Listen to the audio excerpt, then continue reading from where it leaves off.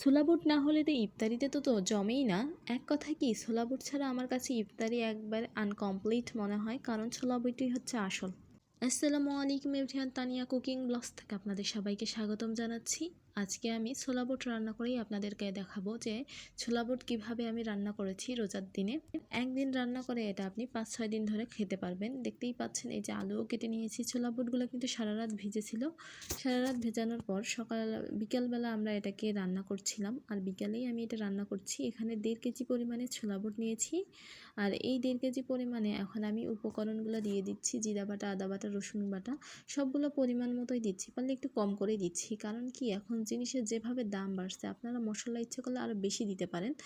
আর মশলাপাতির যে দাম বাড়ছে, যখন কমবে তখন আরও বেশি বেশি করে মশলা দেওয়া যাবে। কিন্তু বেশি মশলা দিলেই যদি খাবার মজা হতো তাহলে কিন্তু হয়েই যেত।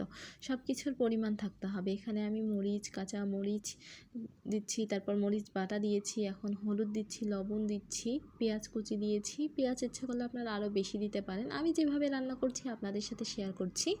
যেহেতু আমি প্রেশার কুকারে রান্না করব না, চুলার কড়াইয়ে রান্না করব। কড়াইটা কিন্তু বড় কড়াই নিতে হবে, যেহেতু আমি 1.5 কেজি পরিমাণে রান্না করছি। আর এটা মজা হয়েছিল, অনেক অনেক মজা। এখন এখানে আমি অল্প করে তেল দিচ্ছি আর ভালো করে মাখিয়ে নিচ্ছি। এখানে আমি 3 গ্লাস পরিমাণে পানি দিয়েছি, আর 3 গ্লাস পরিমাণে যে পানিটা দিলাম, এই পানিটা যতক্ষণ না পর্যন্ত শুকাবে ঠিক ততক্ষণ পর্যন্ত চুলায় এটাকে হাই হিটে জাল দিতে হবে। আর এই সময় চুলার আঁচটা একবারে কম করা যাবে না। আর এই বুটটা সিদ্ধ করতে প্রায় 1 ঘন্টা সময় লেগেছে। 1.5 ঘন্টার মধ্যে রান্নাটা আপনার কমপ্লিট হয়ে যাবে। দেখতেই পাচ্ছেন যে এটা যখন পানিটা হালকা শুকিয়ে গেছে, এখন এটাকে ভালো করে কষাতে হবে। এখন এটাকে আমি কষিয়ে কষিয়ে নিচ্ছি। আর সব শেষে কিন্তু আমি আলু দিব। এখন কিন্তু আলু দিব না, আলু যদি আগেই দিই, কারণ তাহলে কিন্তু আলুটা গলে যাওয়ার সম্ভাবনা বেশি থাকবে, সেই জন্য। এখন দেখতে পাচ্ছেন, এখন আমি এটাকে ভালো করে কষিয়ে নিচ্ছি। আর এরপরে কিন্তু আমি আলুটা এখানে অ্যাড করে দিব। আমি আলুটা এইভাবে কেটে দিতে চাই না, আমার মা আবার এইভাবে করেই কাটছে। আমি হলে কী করতাম, আলুটাকে চোচা সহই দিয়ে দিতাম। তাহলে কি হয়, আলু দিয়েছেন এটা বুঝতেই পারবে না মানুষ, এত সুন্দর হবে। কিন্তু যাই হয় হোক, আম্মু যখন এভাবে কাটছে এখন আর কিছু করার নেই, সেজন্য এরকম করেই দিয়ে দিয়েছি। আর আপনারা কিভাবে ছোলা বুট রান্না করেন অবশ্যই কমেন্টে জানাবেন, আর আমার রান্নাটা কেমন হয়েছে অবশ্যই জানাবেন। দেখতে পাচ্ছেন, এখন কিন্তু আমি এটাকে ভালো করে কষিয়ে নিচ্ছি। আপনি যত ভালো করে কষাবেন এই খাবারটি কিন্তু খেতে তত মজা হবে। এটা কষানো হয়ে গেলে একটু পরিমাণে পানি দিয়ে দিব। আর পানি দেওয়ার পরে এটা আবার সিদ্ধ করে আবার শেষে আমি এটা হালকা কষিয়ে নিয়েছি, কষাতে কষাতেই নামিয়েছি, এইরকম একটা অবস্থা।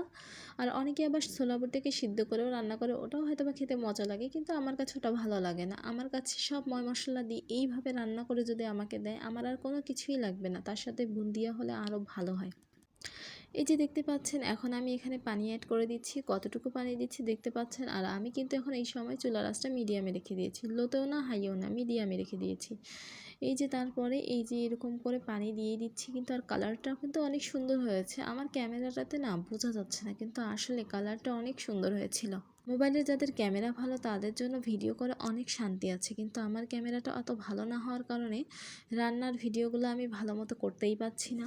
যাই হয় হোক, যেটাই হচ্ছে সেটাতেই আলহামদুলিল্লাহ। ঢাকনাটা দিয়ে দিলাম 10 মিনিট, 15 মিনিট, 10 মিনিট পরে আবার ঢাকনাটা খুলেছি। এখন এটাকে ভালো করে আবার নাড়াচাড়া করে নিচ্ছি।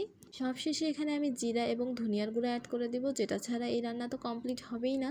আর জিরা এবং ধনিয়ার গুঁড়া দেওয়াতে এটা খাইতে এত মজা হবে বন্ধুরা, কি বলবো আপনাদেরকে। এই যে দেখতেই পাচ্ছেন, হয়ে যাচ্ছে প্রায় এটা।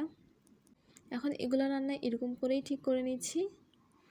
এখন আমি একটু পরপর নাড়াচাড়া করছি, সেই জন্য একটু ভিডিওটা, কারণ হচ্ছে নাড়াচাড়া যদি না করি, আমি আপনাদেরকে বলেইছি যে এটাকে আমি কষাতেই নামিয়ে নিব। যখন এক কথায় তেল বের হবে ঠিক তখন এটাকে আমি গ্যাসটা অফ করে দিব, আর হয়ে যাবে। এই যে মশলার গুঁড়োটা অ্যাড করে দিচ্ছি 2-1.5 চামচের মতো। আর এখন আরেকটু নাড়াচাড়া করে নিচ্ছি। আর নাড়াচাড়া করা হয়ে গেলেই কিন্তু হয়ে যাবে। সবশেষে আমার বুটটা দেখতে কেমন হয়েছে চলুন বন্ধুরা দেখা যাক। সবাই ভালো থাকবেন, সুস্থ থাকবেন। আসসালামু আলাইকুম, আল্লাহ হাফেজ।